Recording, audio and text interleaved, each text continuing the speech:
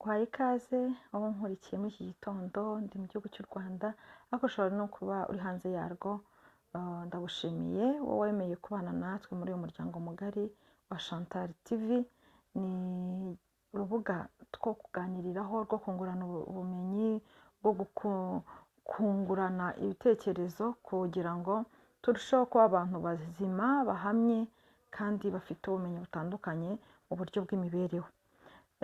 Ndagira ngo rero tuganire uyu mwanya ku yindi ngingo ivuga mbere yo kuvuga banza utekereze ingaruka byagira, kuko igihe cyose ufunguye akanwa kawe uba ubwiye isi uwo uri we, ubwiye isi uwo ushaka ko bakufata nkawe, kuko uyu munsi ushobora kunganiriza cyangwa ushobora kumbwira, hanyuma jya ubwanjye nkaba ambasaderi wawe hirya no hino.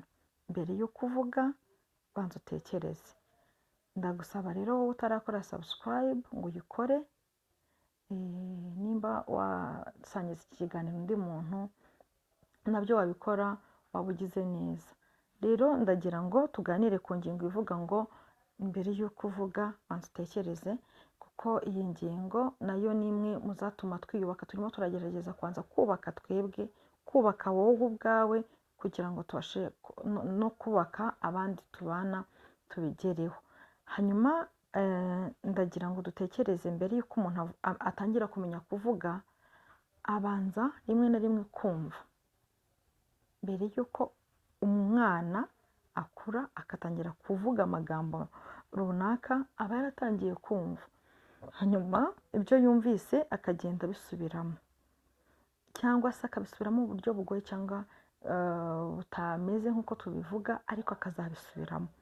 None umwanya nk'uyu ndagira ngo tuganire ku kintu kivuga ngo njyewe mbere y'uko mvuga nakabaye mbanza kugira gute? Kumva. Njyewe ndi umuntu, n'uwo mbwira ni umuntu. Uyu munsi turimo turaganira, bishobora kuba tutari hamwe gutya, ariko njyewe ubwanjye uburyo mvugamo bukagira umumaro mu kuguhindura mu marangamutima, mu myumvire, mu mikorere.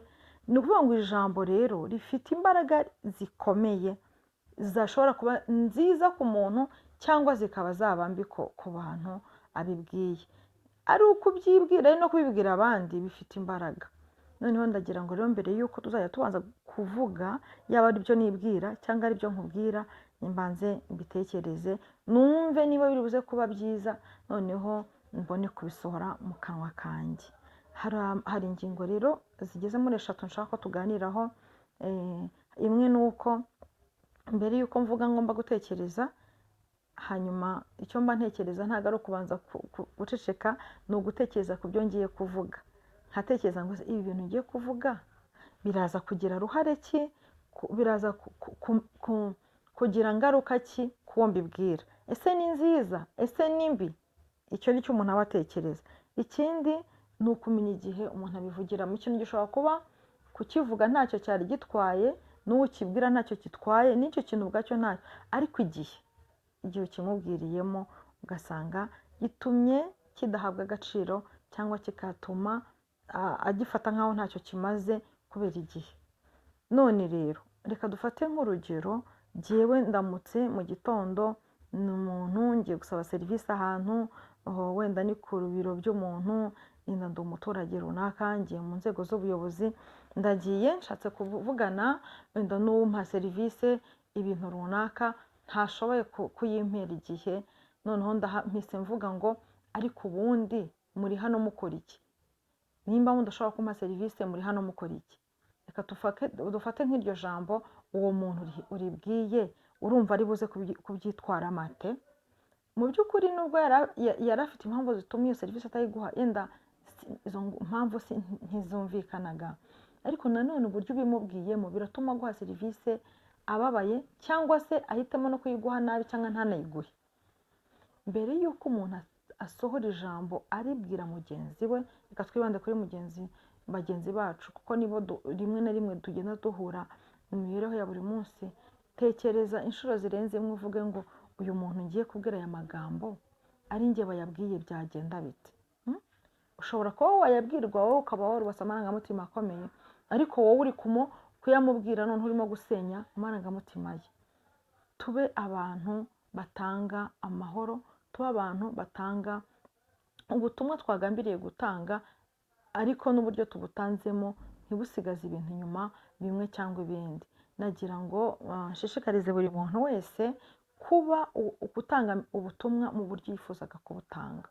Hanyuma wenda hari ahantu henshi tujya dukorera duhurira n'abantu tukagira ibyo tugonganiramo, yenda nko ku mirongo y'imodoka aho tuba duhagaze, ugasanga abantu ntabwo bakuzi, yego, ariko hari ijambo ukubisemo wenda mu biganiro mugize, abantu bakakubona mu buryo bumwe cyangwa ubundi, ugasanga umuntu ntabwo mu by'ukuri bamufashe neza. Noneho ukavuga nk'ijambo risigara mu mitwe y'abantu iminsi yose, noneho kandi iryo jambo ugasanga nta nubwo ari ryiza, wenda igitutsi. Hari igihe muba mwicaranye n'umuntu mu modoka ukumva avuze nk'ikintu mu by'ukuri ntikikureba, ariko akivuze kuri telefone, abwiye abantu, abwiye nk'umuntu, aramutonganyije, aramututse, ugasanga mu by'ukuri abantu bahise bose bahindukira bakakureba. Ni ukumenyereza ibitekerezo byacu, amagambo yacu tuvuga ku buryo budashobora gukomeretsa abandi cyangwa budatuma abantu basigarana isura mbi kuri wowe. Nimba uri umukoresha, biroroshye ko wabwira abantu ibyo bagomba gukora, ndetse wanabafatira imyanzuro cyangwa wanabahana bigendanye n'amakosa bakoze, ariko umuntu utamusesereje cyangwa umuntu usohora ijambo rizahora mu bitekerezo bye, ku buryo n'igihe cyose azatandukana nawe azajya avuga ati nigeze kugira umukoresha yari ameze atya.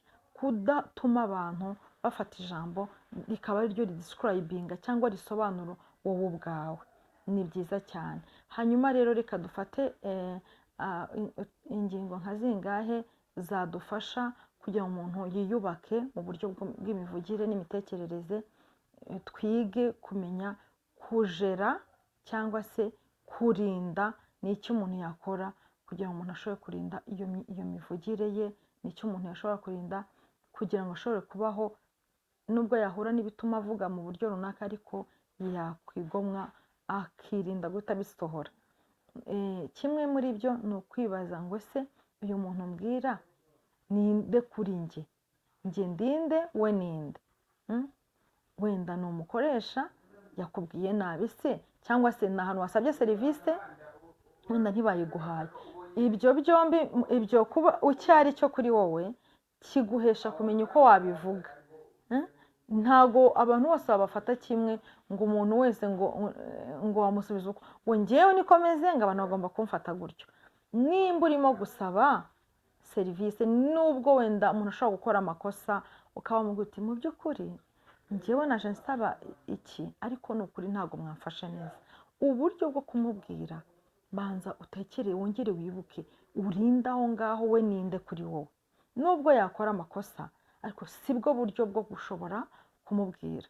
Hano rero kuri iyi televiziyo Chantal TV ni igihe cyo kongera kwisubiramo muri twebwe, tukishakamo ineza, tukishakamo imbaraga, ntidusige ibikomere hirya no hino. Ikindi cyagufasha ni ugutekereza ngo ariko ibi bintu ngiye kuvuga mbifiteho amakuru ahagije?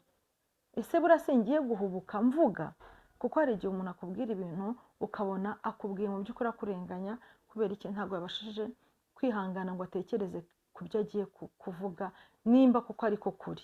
Ugasanga atangiye kwihohora cyangwa se kwigarura, kandi yamaze gusohora ijambo, kandi mu by'ukuri wa wundi wamaze kumwubaka. Ijambo rigira imbaraga zikomeye ku uribwiye. Ikindi navuga, murumva ko ni ibintu tugomba gushyira mu bitekerezo byacu no mu mibereho yacu ya buri munsi. Ikindi nagira ngo mvuge ni ukuvuga ngo ese ubundi ibintu ngiye kumubwira biri buze kugira icyo bihindura? Nimba ibintu ugiye kubivuga ari uburyo bwo kugira gusa ngo ubivuge, nta mpamvu yo kubivuga. Banza urebe nimba hari icyo byahindura kuri uwo muntu. Wabanza kubitekereza, ni kimwe, ukamenya uwo uvugana nawe. Ikindi, kumenya nimba koko bikwiriye kuvugwa, ariko ukabanza kureba ko hari icyo biri buhindure. Nabyo ni ingenzi mu buzima bwacu bwa buri munsi. ibyo bintu bigira umumaro, byagira umumaro kuri we mubyeyi, byagira umumaro kuri wowe inshuti yanjye, byagira umumaro kuri wowe rubyiruko, kubera ko ya mibereho na ya magambo tuvuga agenda avugira abantu ngo uriya n'uyu n'uyu. Uzi ko umuntu kubera ko kuvuga nabi abantu babimuziho cyane bagera bakavuga ngo uriya ni umunyamushiha, ugasanga umushiha wabaye izina bakwise. uriya muntu ni umugwaneza. Si uko wagize ineza nyinshi, ahubwo ni uko n'imivugire yawe baba barabonye ko ari iy'ubugwaneza.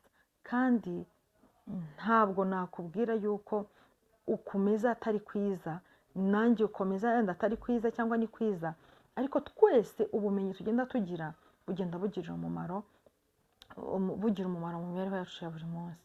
Ni ibyo nashaka ko tuganira. Ndifuriza buri muntu wese kuba uw'umumaro kuri mugenzi we, kandi ijambo ryacu ribe ijambo ry'umumaro, ijambo ry'ubwenge, ndetse rigirira akamaro bagenzi bacu.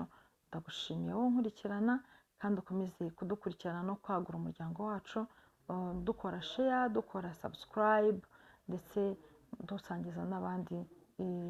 Niyo waba utayikoze ukagura umuntu uti nyarukira kuri Chantal TV, hariyo ibintu byinshi byatuma duhindura imibereho.